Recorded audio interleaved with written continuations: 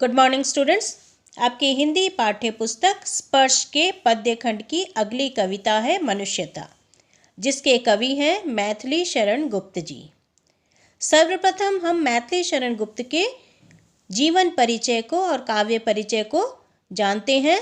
तत्पश्चात उनकी कविता मनुष्यता के सार तत्व को समझेंगे।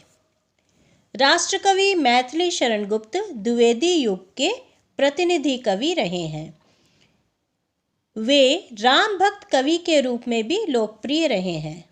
राम का कीर्तिगान इनकी चिर संचित अभिलाषा रही है। इनकी सुप्रसिद्ध रचनाएं हैं साकेत, यशोधरा, जयद्रथ वध, भारत भारती इत्यादि। गुप्त जी की कविता की भाषा शुद्ध खड़ी बोली है। गुप्त जी ने गांधी जी से प्रेरित होकर देशभक्ति की कविताएं लिखी हैं।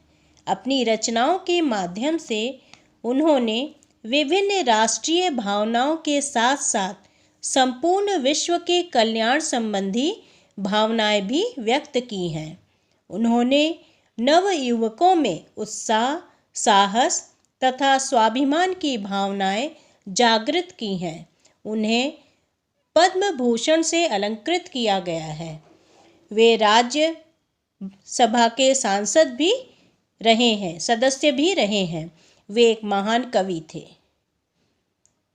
12 दिसंबर 1964 को हृदय गति रुकने से उनका देहावसान हो गया। ये था कवि परिचय मैथिली शरण गुप्त जी की। इसके बाद हम पढ़ते हैं मनुष्यता कविता को और उसके सार को समझते हैं। प्रस्तुत कविता मनुष्यता के माध्यम से कवि मैथिली शरण गुप्त ने पाठक वर्ग को मनुष्यता का सही अर्थ समझाया है।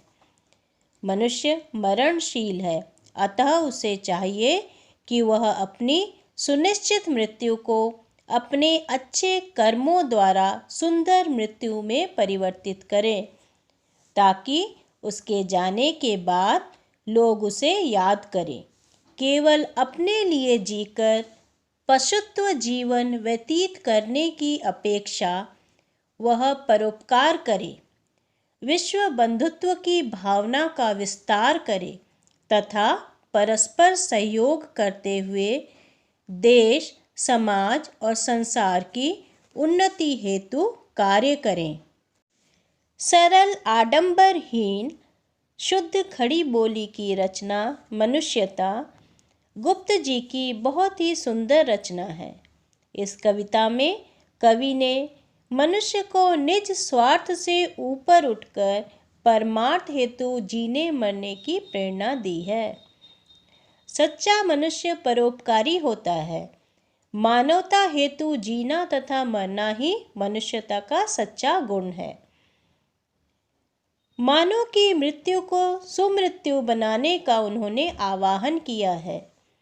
मनुष्य यदि परोपकार, विश्व बंधुत्व, करुणा जैसे मानवीय गुणों को अपना ले तथा जात पात धर्म संप्रदाय की सीमाओं से ऊपर उठ जाए तो वह देवत्व को प्राप्त कर सकता है। ऐसा मनुष्य ही सच्चा मानव कहलाने योग्य है। सृष्टि के श्रेष्ठतम प्राणी मानव में मानवता के सर्वोत्तम गुणों का विकास, यही कवि की इच्छा है। यही संदेश उन्होंने अपनी इस कविता के माध्यम से मानव मात्र को देने का प्रयास किया है। उदार व्यक्ति वह होता है जिसका हृदय विशाल है। कवि ने कर्ण, दधीचि, रतिदेव आदि का उदाहरण देकर मानव जाति हेतु सर्वस्व दान कर देने वाले महान व्यक्तियों का परिचय दिया है तथा त्याग और बलिदान का महत्व समझाया है। मानव का मानव से भिन्न होना मानव निर्मित है। एक ही पिता के संतान होने के कारण हम सभी बंधु हैं। मानव जाति की उन्नति तथा विश्व के उद्धार हेतु मानव में विश्व बंधुत्व की भावना को जागृत करना अनिवार्य है। वसुदेव कुटुंबकम को अपनाकर ही मनुष्य जाति अलगाव, सांप्रदायिकता, जातिवाद आदि संकीर्णताओं पर विजय पा सकती है। Thank you.